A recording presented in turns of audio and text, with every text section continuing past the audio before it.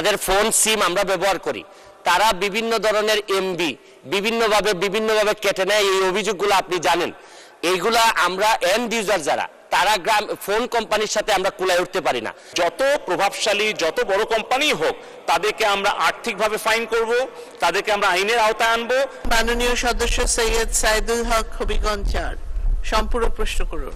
মাননীয় স্পিকার, মাননীয় মন্ত্রীর কাছে আমার একটি প্রশ্ন হচ্ছে কি যে আমরা ডিজিটাল বাংলাদেশে অনেক দূরে গিয়েছি। আমরা ইন্টারনেট স্পিডে আপনারা 142টি দেশের মধ্যে গত বছর 126তম ছিলাম। এরপরে আমরা আরো ডেভেলপ করে 111তে সম্ভবত আসছি। তো এই স্পিড আমাদের ইন্টারনেটের জন্য সবচেয়ে বেশি প্রয়োজন।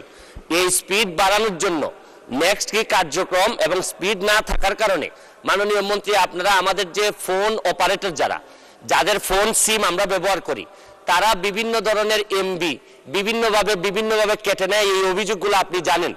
এইগুলা আমরা এন্ড ইউজার যারা তারা ফোন কোম্পানির সাথে আমরা কুলায় উঠতে পারি না। আপনি জানেন যে এই ধরনের কোনো প্রতারণা হইলে আমরা জিডিও করতে পারি না। এই ব্যাপারে আমরা আপনারা সরকার থেকে আমাদেরকে প্রোটেকশন দেওয়ার জন্য আপনাদের কোনো এক্সপার্ট প্যানেল আছে কিনা এটা একটু জানতে চাই মাননীয় মন্ত্রী। ধন্যবাদ। ধন্যবাদ মাননীয় সদস্য। মাননীয় মন্ত্রী। ধন্যবাদ মাননীয় স্পিকার। মাননীয় স্পিকার, মাননীয় সংসদ সদস্য মহোদয় 3টি বিষয়ের অবতারণা করেছেন, খুব গুরুত্বপূর্ণ। প্রথমত হচ্ছে যে আমাদের ইন্টারনেটের স্পিড।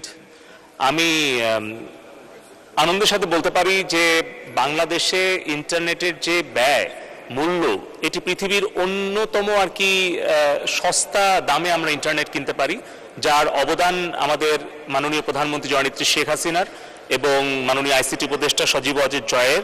কারণ আজ থেকে 15 বছর আগে বাংলাদেশে ইন্টারনেট ব্যবহারকারীর সংখ্যা ছিল মাত্র 50 লাখ মাননীয় স্পিকার, এবং তখন ইন্টারনেট পার এমবিপিএস এর দাম ছিল 85,000 টাকা, এবং ঢাকার বাইরে কোনো ব্রডব্যান্ড কানেক্টিভিটি ছিল না। মোবাইল নেটওয়ার্ক তখন, এখন যেই 5th জেনারেশনে আমরা আছি এটা কিন্তু 2nd জেনারেশনে ছিল, অর্থাৎ মোবাইলে আমরা ইন্টারনেট ব্যবহার করতে পারতাম না। সেইখান থেকে কিন্তু এখন ইন্টারনেট আমরা পার এমবিপিএস 50 টাকায় নামিয়ে আনতে পেরেছি, এবং বাংলাদেশি ইন্টারনেট ব্যবহারকারীর সংখ্যা 13 কোটিতে উন্নীত করতে পেরেছি, এবং ঢাকা থেকে বিভাগ, জেলা, উপজেলা হয়ে এখন ইউনিয়ন, এমনকি আপনি যদি প্রত্যন্ত চর কিংবা দ্বীপ কিংবা পাহাড় যেখানেই যান, বাংলাদেশের 98% ভূখণ্ড এখন 4th জেনারেশন মোবাইল নেটওয়ার্ক আওতায় এসছে। এখন 19 কোটি সিম ব্যবহারকারী।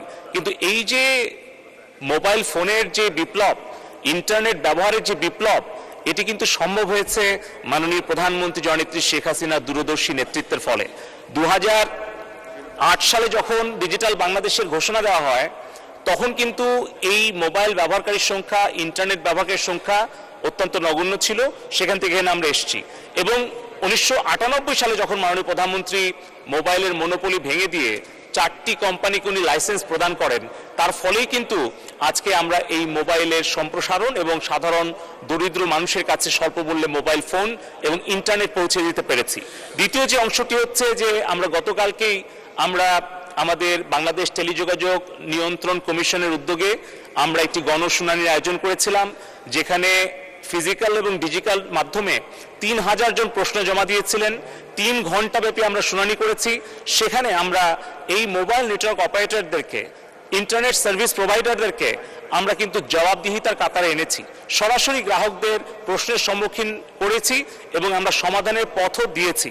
এবং তৃতীয়ত যেটা আমি বলবো যে আমাদের যে ভবিষ্যতে যে পরিকল্পনা, সেখানে অবশ্যই যে কোনো গ্রাহক, তিনি সংসদ সদস্য হন অথবা সাধারণ একজন নাগরিক হন, কৃষক হন, শ্রমিক হন, তারা যদি আমাদের বিটিআরসিতে অভিযোগ করেন, তাহলে সেই মোবাইল নেটওয়ার্ক অপারেটর কিংবা ইন্টারনেট সার্ভিস প্রোভাইডার যত প্রভাবশালী যত বড় কোম্পানি হোক, তাদেরকে আমরা আর্থিকভাবে ফাইন করব, তাদেরকে আমরা আইনের আওতায় আনবো, এবং আমাদের সেই আইটি অডিট টিম রয়েছে, ফাইন্যান্সিয়াল অডিট টিম রয়েছে।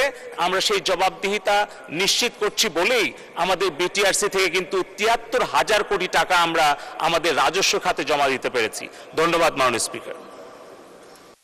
ধন্যবাদ মাননীয় মন্ত্রী।